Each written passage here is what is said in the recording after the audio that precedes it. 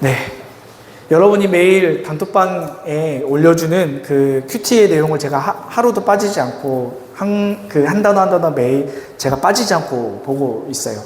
개개인의 묵상을 나누면서 우리가 함께 한 마음 또 한 뜻이 되어서 성경을 묵상하고 또 삶에서 묵상한 것을 어떻게 적용할지 나누는 것을 보면서 제 마음이 참 뜨거워지는 것을 느낍니다.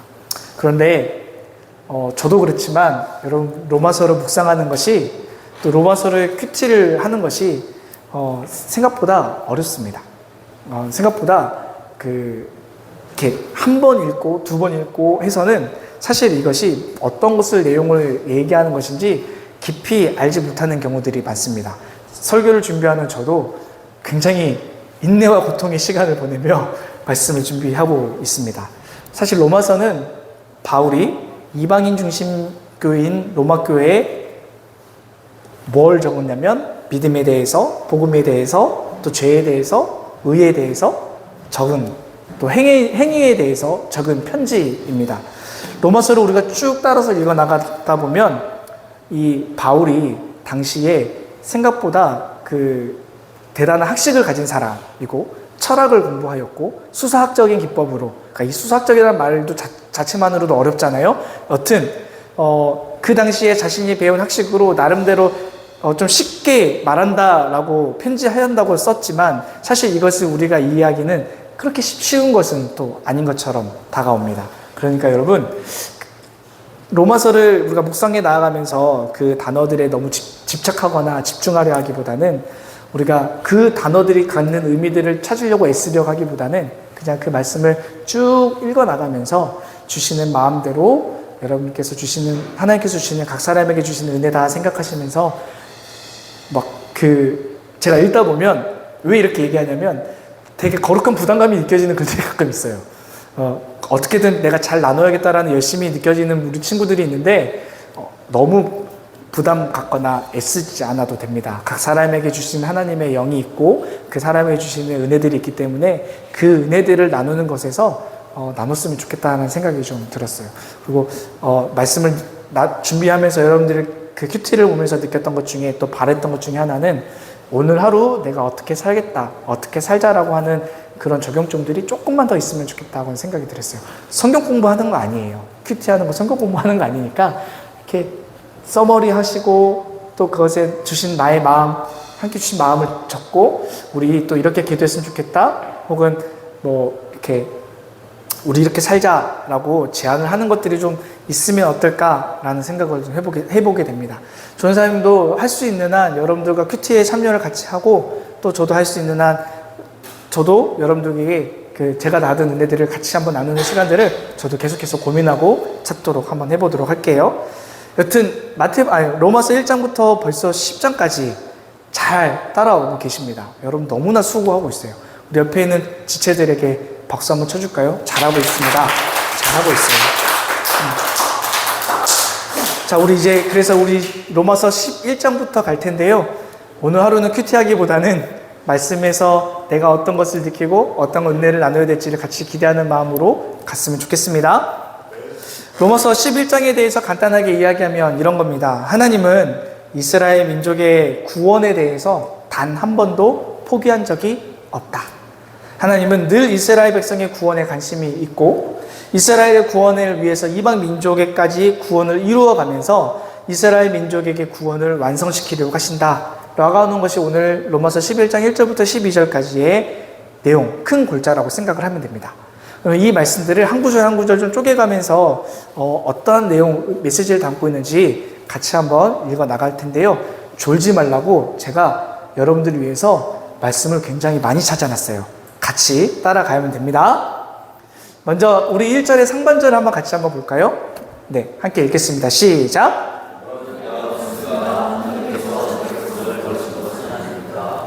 자, 이 로마서 11장 1절의 앞의 내용인 로마서 10장 18절부터 21절에는 뭐라고 얘기하고 있냐면 하나님께서는 이 백성을 먼저 택하시고 구원의 약속을 성취하시고자 하셨지만 이스라엘 백성이 우두남으로 인해서 이루어지지 않았다 라고 이야기하면서 그 말씀의 연결고리로 인해서 자, 이스라엘 백성이 우둔하기 때문에 이스라엘 백성이 이때 말하는 우둔함이란 하나님의 구원이 전적으로 사람의 행위로부터 온다라고 생각하고 이스라엘 백성이 우리는 하나님께 선택받은 백성이기 때문에 율법을 잘 지키면 돼. 그래서 율법만 지키려고 애쓰려고 하는 이 행위 때문에 하나님의 믿음의 구원을 버렸다라고 생각을 하는 것이 로마서 10장 18절부터 21절까지의 말씀의 핵심 내용이거든요. 그래서 그 말씀에 연달아 이어서 11장 1절에 이렇게 얘기하는 거예요. 자, 너희들의 행위로 인해서 하나님께서 너희들의 구원의 성취를 이루어가지 않는 것이 너희들이 느끼기에 마치 하나님이 너희를 버린 것과 같이 느껴지냐? 그게 아니다 라고 이야기하고 있는 겁니다. 로마서 10장에는요 우리가 너무나 잘 알고 있는 두 구절이 등장하는데요, 그것은 13절과 17절의 말씀이거든요. 같이 한번 읽어볼까요? 준비 시작. 그 17절 시작.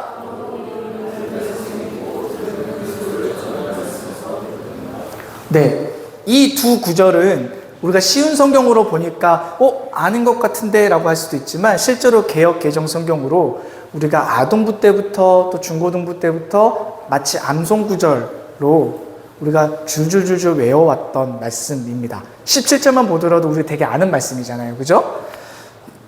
이 말씀을 하면서 이 10장의 문맥에서 이 말씀은 정말 중요한 말씀인데 정작 이 13절과 17절 사이사이에 들어있는 말씀은 너희가 이렇게 살려 하지 않는다. 너희가 이렇게 하나님을 신뢰하지 않는다. 너희가 이렇게 하나님을 믿지 않는다. 라는 것을 말씀하고 있는 거예요. 바울은 구원에 대해서 그리고 믿음에 대해서 하나님께서 인간에게 말도 안 되게 쉬운 방법으로 너희들에게 기회를 주었지만 그럼에도 불구하고 이 복음의 말씀을 들은 이스라엘 백성이 이 하나님의 말씀, 하나님의 구원의 사역들에 대해서 순종하지 않았다라고 이야기하고 있는 거예요. 하나님은 이스라엘 백성의 구원을 위해서 직접 만나고 또 찾고 구원으로 가는 길을 말해 주었지만 이스라엘 백성은 그 길에 대해서 듣기는 들었지만 눈으로 보기는 보았지만 그 길로 나아가지 않았다라고 말합니다. 그래서 로마서 10장 아까 말했던 10장의 가장 마지막 구절인 21절에서 이사야서를 인용하면서 뭐라 얘기하냐면 하나님은 자기 백성을 포기하지 않으시는데 어디까지 포기하지 않으시냐면 두 팔을 벌려서 기다림에도 불구하고 정작 자기 백성에게 그렇게 은혜를 베푸시길 원함에도 불구하고 이스라엘 백성은 하나님을 버렸다라고 이야기합니다. 그 구절에 이어서 11장 1절에 나오는 거죠. 그래서 이스라엘 백성이 하나님을 버렸기 때문에 하나님도 이스라엘 백성을 버렸냐라고 상반절에서 말하고 있는데 과연 버렸을까요? 안 버렸을까요? 우리 1절에는 버리지 않았다. 이스라엘 백성이 하나님의 말씀을 불순종하긴 하였지만 하나님은 그럼에도 불구하고 이스라엘 백성들을 버리지 않았다라고 이야기합니다.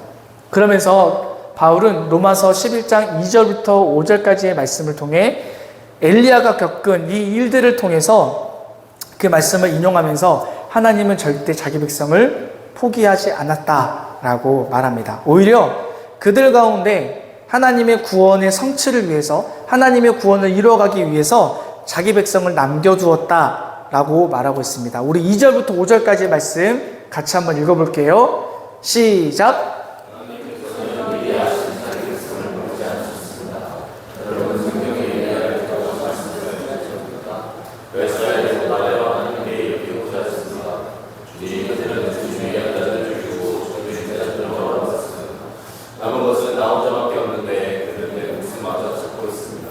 그런데 하나님께서는 그에게 어떻게 대답하셨습니까? 내가 바알에게 무릎을 꿇지 않은 사람 7,000명을 내 앞에 남겨두었다 하셨습니다. 이와 같이 5절까지도 없는군요. 없죠? 네네네. 오케이.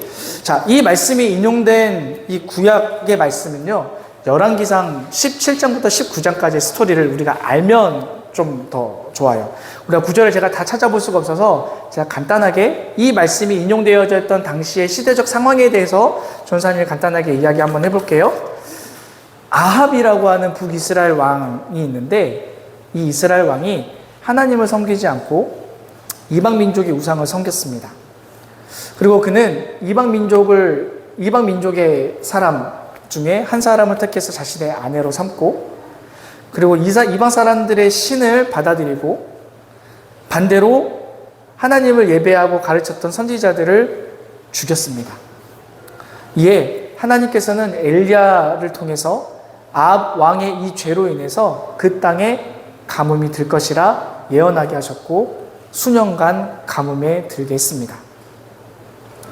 엘리야는요, 당신들이 믿는 이 신이 이 가뭄으로부터 해결해 주는지 한번 보자 하면서 바알을 숭배하였던 약 450명의 바알 숭배자들과 함께 갈멜산에 올라가서 영적인 전쟁을 벌였고, 이겼을까요? 졌을까요? 이겼겠죠. 1대 450으로 맞짱을 떴는데 이기고 더불어 그 450명의 바알 선지자를 모두 죽였습니다. 그리고 문제는 이 열왕기상 19장 1절부터 시작하는 건데, 이렇게 바알 선지자 450명을 죽인 이 소식이 아합의 아내인 이사벨에게 전해 듣자 이사벨 여왕이 이 소식을 듣고 뭐라고 얘기하냐면, 크게 분노하여서 내가 오늘 안으로 내가 오늘 이 엘리사를 죽이겠다. 빨리 찾아와. 내가 오늘 이 사람 내가 오늘 죽이고 말겠어. 라고 이야기하는 거예요. 그래서 엘리야는 그 즉시 그 소식을 듣고 목숨을 부지하기 위해서 광야로 도망칩니다. 그리고 도망치고 쉴 곳을 찾았는데 가시덤불이나 다름이 없는 로뎀 나무의 아래에서 쉼을 청하며 하나님께 뭐라 얘기하냐면, 주님, 내 생명을 거두어 가십시오. 나밖에 남지 않았습니다. 하나님을 예배한 사람이 이제 나밖에 없습니다. 하나님, 어떻게 하죠? 저를 살려주시기보다는 제 생명을 거두어 가십시오. 저를 죽여주십시오. 이렇게 힘들고 고통스럽게 기도했습니다. 생각해 보세요. 450명이나 되는 바알 선지자와 맞짱 뜰 때에는 든든했습니다. 그때의 당당함은 어디 가고 정작 하나님께 죽고 싶다고 하나님께 울면서 자신의 처한 상황의 고통스러움을 하나님께 얘기했습니다. 그리고 하나님은 엘리야에게 나타나서 말씀하시죠. 아직 바알에게 무릎을 꿇지 않는 7,000명이나 되는 사람을 내가 남겨놓겠다. 그리고 하나님은 이 7,000명을 통해서 하나님 이스라엘 백성을 향한, 이 이스라엘 나라를 향한 하나님의 구원의 사역들을 멈추지 않겠다라고 이야기했습니다. 여러분, 이 이야기를 듣고 나니 이 이야기와 매우 유사한 사건들이 혹시 기억나는 것들이 있어요? 선물이 없어서 아쉬운데, 7,000명을 통해서 이스라엘의 구원을 완성시키겠다고 하는 거, 혹시 구약에 이와 비슷한 사건들 혹시 기억나지 않나요? 창세기에 보면 노아 사건이 기억나죠. 노아의 가족 12명을 통해서 새로운 민족을 이루시고, 그쵸? 그리고 창세기 노아의 사건을 조금만 지나가다 보면 아브라함과 롯에 대한 이야기가 나오죠. 소돔과 고모라 사건 기억나요? 소돔과 고모라 사건 그 앞에 무슨 이야기가 있어요? 두 천사가 아브라함을 만나고 뭐라고 얘기하죠? 의인. 그 소돔과 고모라 땅에 의인 10명이 있으면 그 땅을 멸하지 않겠다라고 얘기했죠. 근데 결론은 어떻게 돼요? 10명이 있었어요? 없었어요? 없었어요. 그래서 어떻게 되죠? 멸망을 당합니다. 혼자 있는 것과 같은 외로움과 죽음이 기다리고 있는 이 상황 속에서 엘리야는 죽고 싶다. 하나님 내 생명을 거두어 가십시오라고 하는 그 고통의 부르짖음에 하나님이 뭐라고 응답하세요? 나는 너도 살리고 나는 이스라엘 백성도 살릴 거야. 라고 오늘 우리에게 말하고 있는 거예요. 그리고 이 말씀을 인용하기 전에 1절 하반절에 나 또한 하나님께 그런 부름을 받았다라고 오늘 바울이 얘기하고 있는 거예요. 1절 하반절 볼까요? 시작. 나도 이스라엘 사람이요 아브라함의 후손이요 베냐민 지파에 속한 사람입니다. 그러니까 바울 자신도 자기에 대해서 뭐라고 얘기해요? 야, 나도 하나님이 버린 것 같지만 나도 이 이스라엘 백성의 민족이다 라고 이야기하는 거예요. 하나님께서 하나님의 은혜로 나를 불렀고 이스라엘 구원을 위해 나에게 사명을 주셨고 이스라엘 백성의 구원을 위해 오늘 나를 일하게 하신 분이 하나님이시다 라고 하며 자신이 지금 사역하고 있는 사역의 동기에 대해서 이야기하고 있는 거예요. 중요한 것은 바울이 뭐라 얘기하는 거냐면 오늘 나 자신을 부른 이 하나님의 나를 부르시고 사용하시는 것은 전적인 하나님의 은혜입니다 라고 이야기합니다.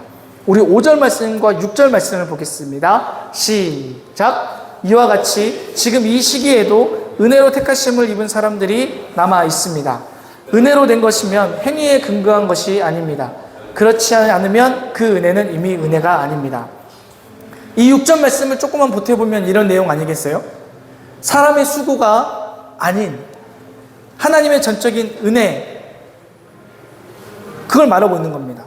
로마서에서 지속적으로 반복하는 말씀의 메시지가 뭐예요? 사람의 구원이 행위로부터 나는 것이나 아니다라는 거잖아요. 그죠? 사람의 구원은 전적인 하나님의 은혜로부터 사람의 구원이 이루어진다라는 거 얘기예요. 하나님의 주권, 그러니까 사람의 주권, 사람이 살고 죽고자 하는 것은 전적인 하나님의 은혜에 있다라고 얘기하고 있습니다. 그런데 이 사람이 받아야 될 구원은 누구에게나 열려 있고 하나님을 구주라고 입으로 시인하고 마음으로 믿는 자에게는 누구에게나 하나님의 구원으로 인도하겠다라고 하는 것이 로마서 말씀입니다. 근데 중요한 것은 그럼에도 불구하고 이스라엘 백성, 바울의 시대로 따지면 유대인, 그들이 하나님의 구원에 이르지 못하고 있다라고 이야기하는 거예요. 그리고 그 구원에 이르지 못하는 이유는 하나님은 예수 그리스도의 십자가의 구원을 믿기보다 자신들이 의롭다 여길 만한 행동들로 인해서 사람이 보기에 칭찬받을 만한 행동을 하면 이것이 구원으로 이르는 것이고 이것이 하나님께도 칭찬이 된다라고 생각하고 행위로서 구원을 얻으려고 열심을 다했다라는 거예요. 무슨 말이냐면 하나님께 달려있는 이 구원의 문제에 대해서 사람이 자신의 행위로 얻으려고 했다라는 겁니다. 이스라엘 백성이 잘못된 방향성을 가지고 잘못된 행위로 나아가고 있다라는 겁니다. 그 말씀에 근거가 된 것이 오늘 11장 8절에 대한 내용입니다. 8절 한번 읽어볼까요? 시작.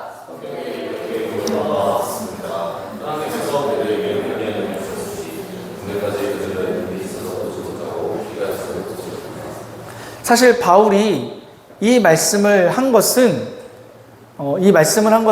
사실 구약에 나와 있는 말씀을 인용을 한 건데요. 사실 이 말씀은 예수님께서 사역하던 당시에 하셨던 말씀이기도 합니다. 여러분, 우리가 읽지 않겠지만 마태복음 13장에서는 씨 뿌리는 사람의 비유가 나오는데 제가 말하면 아마 어떤 말씀인지 알 거예요. 예수님께서 예수님의 말씀을 듣기 위해 모인 무리들을 향해서 이 말씀을 하시는데 씨 뿌리는 사람이 씨를 뿌려요. 근데 이 씨가 어떤 씨는 그냥 길가에 뿌려지고 어떤 씨는 돌짝 밭에 뿌려지고 어떤 씨는 가시덤불에 뿌려지는데 어떤 씨는 좋은 땅에 뿌려져서 열매를 맺는다라는 거예요. 길가에 떨어진 씨는 새들이 먹기도 했고요. 또 돌짝이나 가시덤불에 떨어진 씨는 조금은 자라긴 하지만 어떻게 돼요? 주변의 환경들로 인해서 금방 죽어버린. 그러나 좋은 땅에 떨어진 씨는 100배, 60배, 30배의 열매를 맺는다라고 말씀하셨습니다. 근데 이 말씀을 끝나고 난 다음에 제자들이 예수님께 찾아가서 뭐라고 얘기하냐면 예수님, 왜 굳이 이 말을, 천국에 대한 이 말을 왜 비유로 말씀을 하셨나요? 라고 물어요. 그때 예수님께서 뭐라고 얘기하시냐면 마태복음 13장 13절에 내가 그들에게 비유로 말하는 이유는 그들이 보아도 보지 못하고 들어도 듣지 못하고 깨닫지 못하기 때문이다 라고 이야기했습니다. 그러나 예수님께서는 제자들을 향해서 뭐라 얘기하냐면 너희들은 눈이 있어서 보았고 너희들은 귀가 있어서 들었고 너희는 깨달았기 때문에 이 깨달은 너희는 복이 있다 라고 얘기합니다. 그러면서 예수님이 뭐라 얘기하냐면 많은 사람들이, 많은 선지자들과 예언자들이 또 의인이라고 말하는 이 사람들이 복음의 비밀에 대해서 알고 싶어 하고 깨닫고 싶어 하지만 그들은 듣지 못하고 보지 못한다 라고 이야기합니다. 하나님의 구원의 은혜를 입은 자들은 자신이 의롭다 여길 만한 행위로 구원을 받은 자들이 아닙니다. 행위에 따른 결과로 우리가 구원을 받는 게 아니라 반대로 내가 구원을 하나님께 선물로 받았기 때문에 그 구원을 선물로 받은 그 은혜에 감격하고 감사하는 마음으로 이 땅에서 이웃을 또 세상을 이 땅을 섬기면서 사는 것입니다. 다시 말하면 구원의 우선순위가 사람에게 먼저 있는 게 아니라 하나님에게 먼저 있다라는 것을 우리에게 말하고 있습니다. 나에게서 출발하는 구원의 은혜가 아니라 하나님으로부터 전적으로 내려오는 구원의 은혜를 우리가 사모해야 된다는 거예요.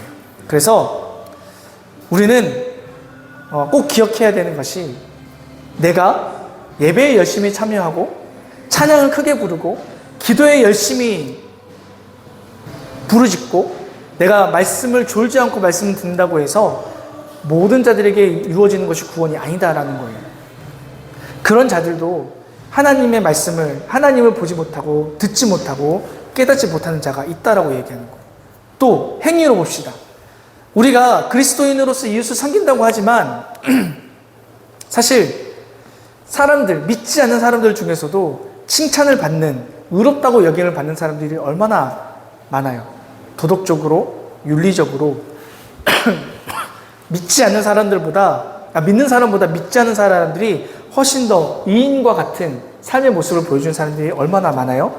그래서 우리가 이 말씀을 통해서 꼭 기억해야 되는 것은, 우리가 꼭 알아야 된다라는 것은 우리의 구원이 전적으로 하나님께 있음을 인정하고 날마다 하나님의 은혜를 구하며 살아야 하겠습니다.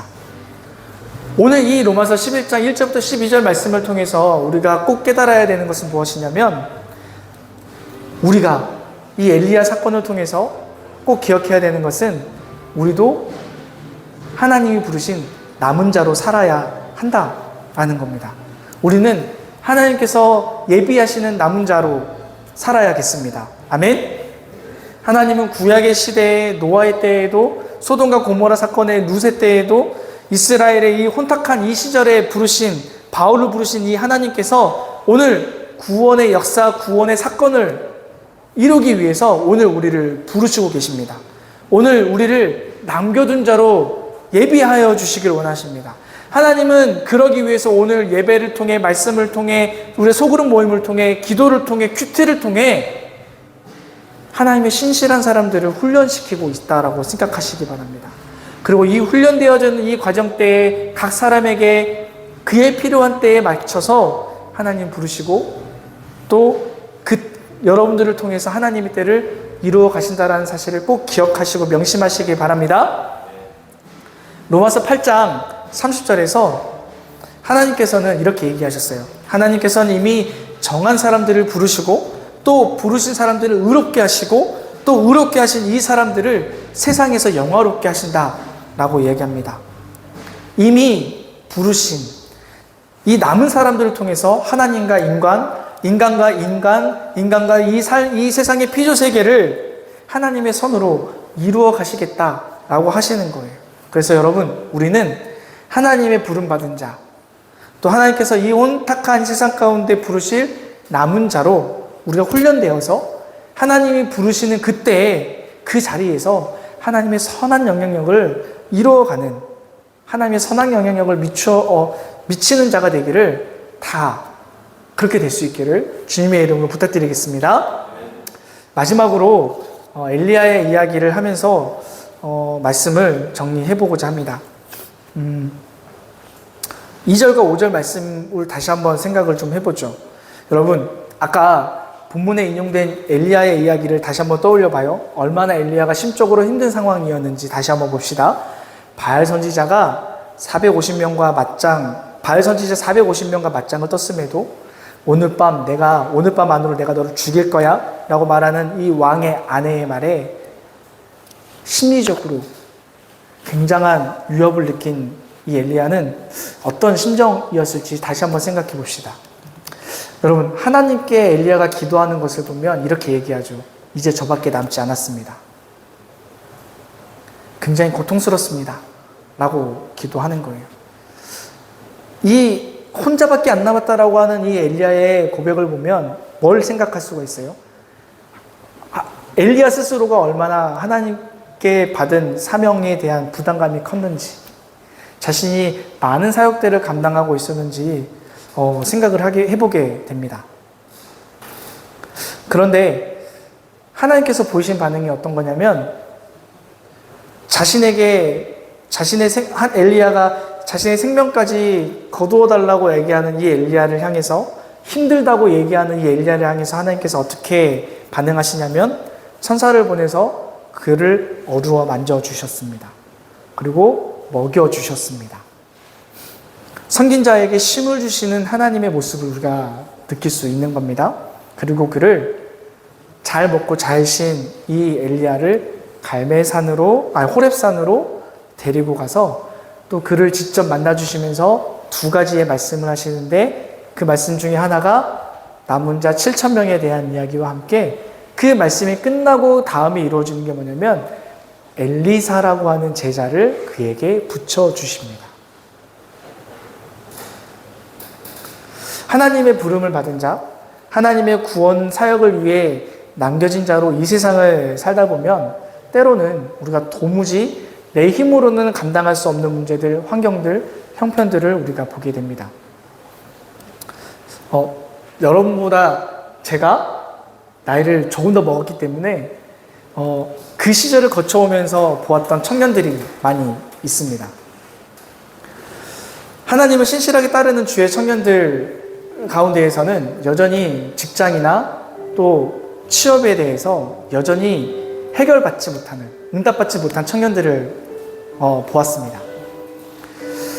어렵게 결혼을 했는데 아이가 생기지 않아서 그 부부가 슬퍼하는 것을 보기도 했습니다. 때로는 건강의 어려움으로 아픔을 겪는 청년들도 우리는 주변에서 흔히 만나게 됩니다.